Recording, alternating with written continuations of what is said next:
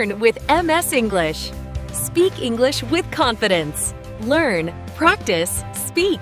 We have robotic vacuums cleaning our floors, artificial intelligence, drafting our emails, and hot groceries delivered directly to our couches with just the tap of a glass screen. Right. Literally zero physical effort. Exactly. So why, compared to our grandparents, who literally washed their family's clothes by hand, are we infinitely more exhausted? It's pretty wild when you frame it like that. It really is. Welcome to the Deep Dive. If you are joining us today, you are what we like to call the learner. Glad to have you here. Whether you're trying to figure out why your calendar feels like, a trap, or you're just insanely curious about the psychology of modern busyness, you are in the perfect place. You really are. Today, we are tearing into a genuinely paradigm-shifting discussion from the YouTube channel Speak English with Class. And their breakdown on the modern philosophy of time management is just fascinating. Because it completely abandons the usual advice, right? We are not here to give you a rigid, new, color-coded schedule. No spreadsheets today. Definitely no spreadsheets. The mission today is to fundamentally change how you perceive your daily energy, starting with that massive paradox I just mentioned. Which is really the defining paradox of our era. I mean, we are surrounded by an absolute mountain of time-saving inventions. It's everywhere. Yeah, yet we are completely starved for breathing room. Like completely gasping for air. Right. Previous generations who did the vast majority of their daily chores manually seemingly had more mental space. Like time for hobbies, for slow evenings, unhurried conversation. Exactly. We have machines doing the heavy physical lifting, but our default reflexive answer when anyone asks how we are doing is, I am just so incredibly busy. Okay, let's unpack this. We were promised a leisurely stroll through life with robots carrying our bags. And instead, it feels like we are sprinting on a treadmill that someone keeps secretly speeding up. We have all the convenience in the world, but zero calm. Because we traded physical labor for cognitive load. Ooh, cognitive load. Yeah, the problem we are diagnosing here isn't a lack of physical time on the clock. It is a condition of severe mental crowding. Mental crowding, meaning what exactly? Well, you aren't just physically rushing from point A to point B. Your mind is hosting too many open tabs. Oh, I totally feel that. Right. Throughout the day, you are reading one headline, replying to a message, trying to remember a completely unrelated grocery item. Don't forget the milk. Exactly. And worrying about a meeting at the same time. The demands pulling at your attention might be tiny, but they are infinite and continuous. Which means your brain is essentially attending a frantic, chaotic meeting that it never actually RSVP'd to. That's a perfect way to put it. So if we want to understand why you, the listener, feel so incredibly rushed, we have to look at where this mental traffic jam actually begins. And it's not where most people think. But wait. Every hustle culture guru and productivity blog tells us exactly where the battle is won or lost. The morning. Wake up at 5 a.m., submerge yourself in a freezing ice bath, drink a, hyper-optimized green juice, meditate while the sun comes up. The classic routine. Right. So is this analysis suggesting that entire multi-million-dollar philosophy is fundamentally backwards? It suggests that fixating on the morning is treating the symptom rather than the underlying disease. Wait, really? Yeah, core argument here is that the day does not actually begin when your alarm goes off. Then when does it begin? The day begins the night before. Oh, wow. Okay. When a person wakes up feeling immediately behind, physically tired and mentally crowded, they usually blame their morning routine. They think, I should have woken up earlier. Exactly. But that morning panic is often just the resulting wreckage of how the previous night ended. So if the night is late, noisy, or emotionally chaotic, the mind never actually lands on the runway. Think about the mechanics of how we fall asleep. It's often just one more episode or just 10 more minutes scrolling the feed. Or lying in the dark, running through a simulated argument about tomorrow. We all do it. And eventually, your physical body shuts down out of pure biological exhaustion. You lose consciousness. Right. But your brain doesn't just instantly clear its cache. It doesn't. No, the inputs you fed it right before sleep are still processing. Wow. So when you wake up, you aren't starting with a clean slate. You are starting from a deficit because your brain spent the night wading through residual noise. So what we need isn't a more aggressive, hyper-optimized morning routine. Not at all. We need a significantly gentler ending to our day. A gentler ending. I love that. Because the opposite of a gentle ending is a constant, unrestricted barrage of useless input. Exactly. And we squander our attention in ways that feel completely harmless in the moment. Right. It is almost never one massive dramatic event that ruins our focus for the week. No, it is the slow leak of checking the phone. Squandering attention is dangerous precisely because it feels so trivial. You check a social update, you read a random angry opinion, you absorb a tiny, sensationalized piece of news. And none of it is vital to your survival or your goals. But every single piece of input enters your cognitive space and leaves a little bit of a mess behind. There's a brilliant metaphor from the source discussion that perfectly captures this. Oh, the birthday party one? Yes. They describe treating your brain this way as leaving it like a room after a children's birthday party. Very loud, very sticky, and very hard to clean. It's such a visceral image. Let's actually push that metaphor to explain the mechanism at work. Think about the crushed cake ground into the carpet. Ugh, the worst. Right? Well, that is the lingering dopamine and adrenaline residue from watching a flashy, highly edited 2-minute video. Oh, wow. So it's like chemically sticky. Exactly. Your brain has to spend literal metabolic energy trying to scrub that residue out before it can calmly focus on reading a book or analyzing a spreadsheet. So when you let random noise wander in, you are forcing your brain to do janitorial work before it can do its actual job. You're making it clean up the cake. So think about it. When you lie in bed tonight, what useless noise are you letting into your room? What are the sticky, loud inputs that you allow to just trash the place before you try to go to sleep? Not everything that knocks on the door of your mind deserves to be let in. It really doesn't. But let's say the room's already messy. We have to look at how that specific type of mental clutter paralyzes us when the sun is up, and it is time to actually get things done. And the clutter actively works against execution. The observation made here is really profound. The biggest stressor in a typical day is rarely one massive, life-altering crisis. Right, it's not usually a fire you have to put out. No, the things that truly break our spirits and leave us exhausted on a random Tuesday are usually 5 tiny, unfinished things. Small tasks, big personalities. Yes, it's a medical form you need to fill out, a quick payment you need to authorize. Or like a 5-minute phone call to cancel a subscription. Which introduces the danger of letting something slide. Oh, I am so guilty of this. We all are. You look at the tiny task and think, I will just do it later. But later becomes tomorrow, and tomorrow becomes next week. The Breakdown shared a hilariously painful, specific anecdote about this. Yes, delaying a simple, mundane 4-minute email. Because it gets delayed day after day, suddenly, sitting down to write this incredibly basic message feels like you are writing to a king. The stakes magically inflate out of nowhere. They really do. Why do tiny tasks become so royal in our minds?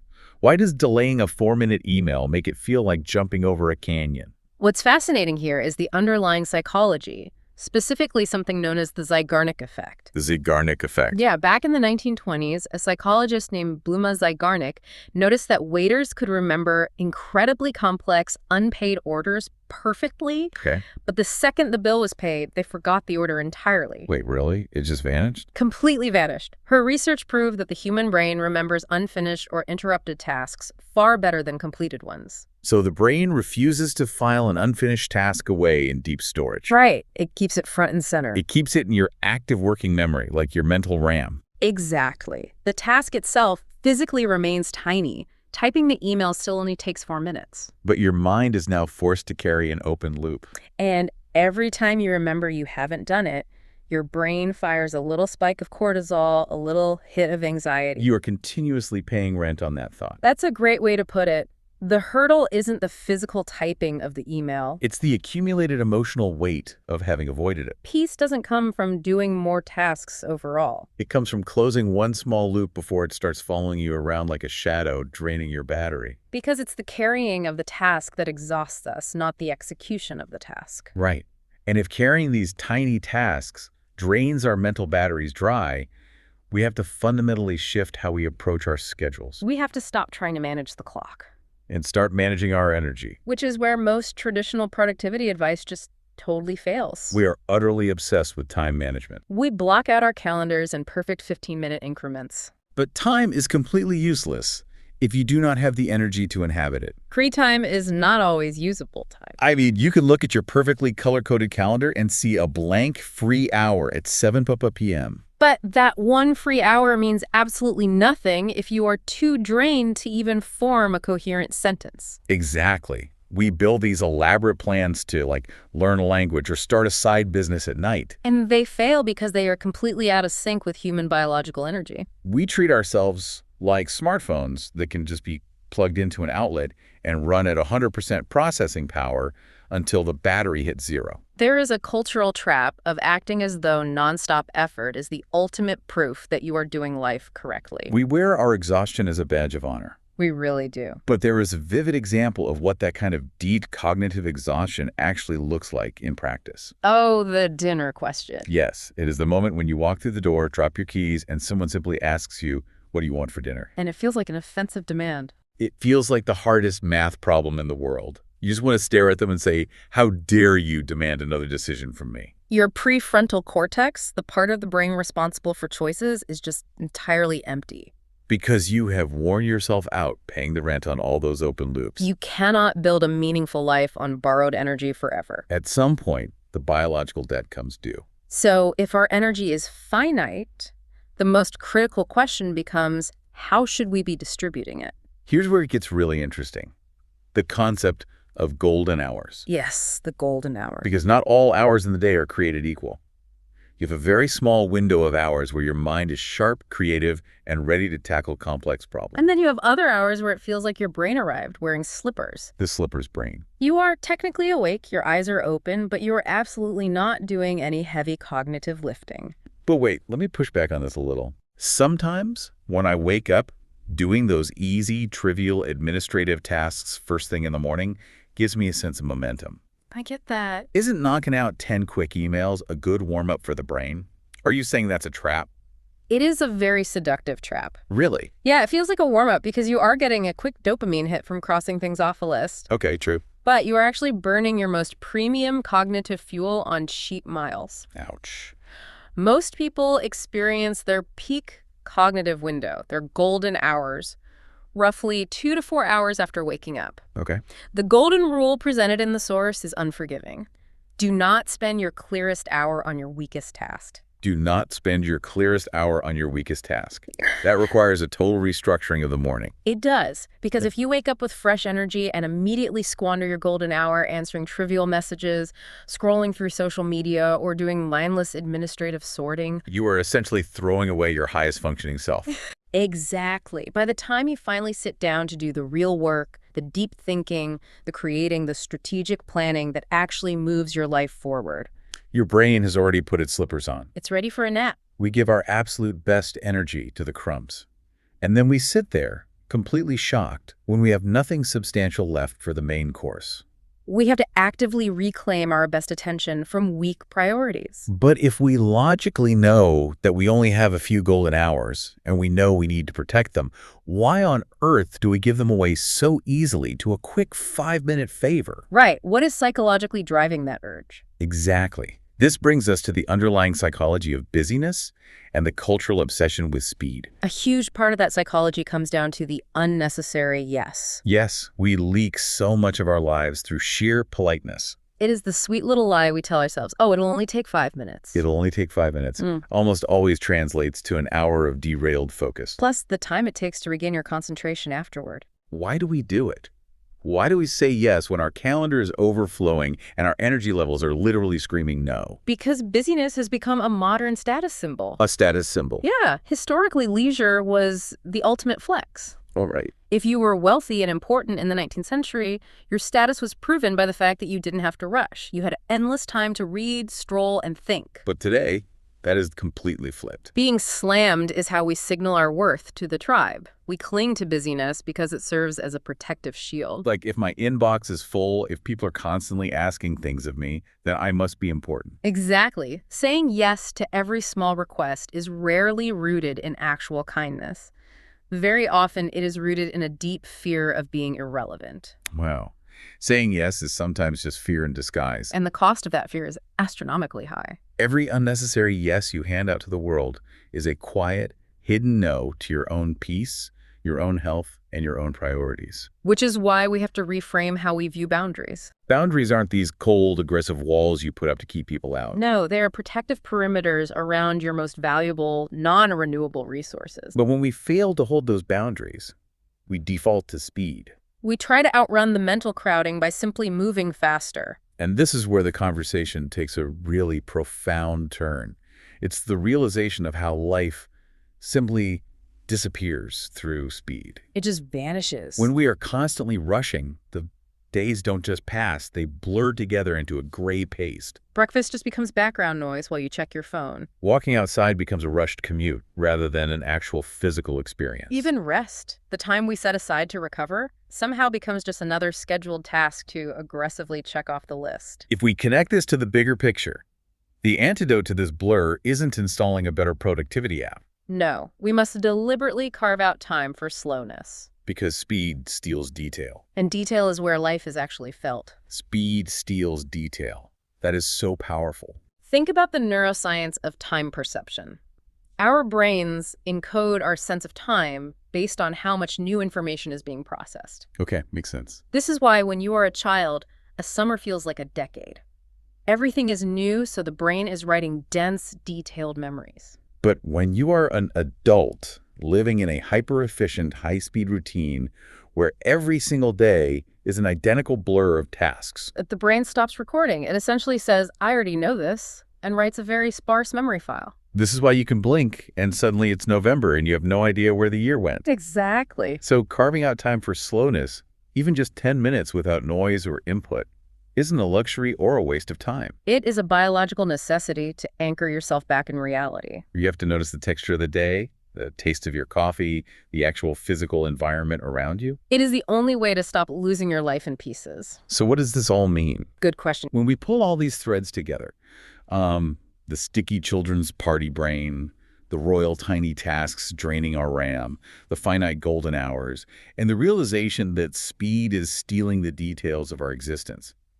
What is the true goal of this deep dive? Well, it's definitely not what hustle culture tells you. Right, because the goal of time management is absolutely not to become a flawless, hyper-optimized machine. That version of you is an exhausting fantasy. It does not exist. The real metric of success is what we can call the Messy Tuesday goal. I love the Messy Tuesday goal. The best routine, the most effective approach to your energy is the one you can actually sustain on an ordinary, messy, tired Tuesday. It is not about squeezing 10% more productivity out of a 24-hour window so your boss is slightly happier. No, it is about building a fuller life, slowly and consciously, and quite simply, losing less of yourself inside the day. So look at your day ahead or the evening approaching right now. What is one small, tangible change you can make today to reclaim your cognitive space? Will you close one tiny, lingering open loop that has been acting like a king in your mind? Will you practice saying no just once to protect your golden hours? Or maybe, will you simply give your evening a gentler ending tonight, putting the screens away and letting your mind actually land on the runway before you sleep? The choice is entirely yours. It is. But I want to leave you with one final provocative thought to mull over. We just talked about how the brain's perception of time is completely dependent on new, rich, detailed memories. Right. We know that speed steals those details. So if we are actively choosing to live in a hyper-efficient, high-speed blur, where we rush through every experience just to get to the next one, are we actively shrinking our perception of our own lifespans? Wow. Are we making our own lives feel drastically shorter just to check a few more trivial boxes on a to-do list? That is heavy. It's definitely something to mull over the next time you feel the overwhelming urge to rush. Until next time, take care of your energy and take care of yourselves.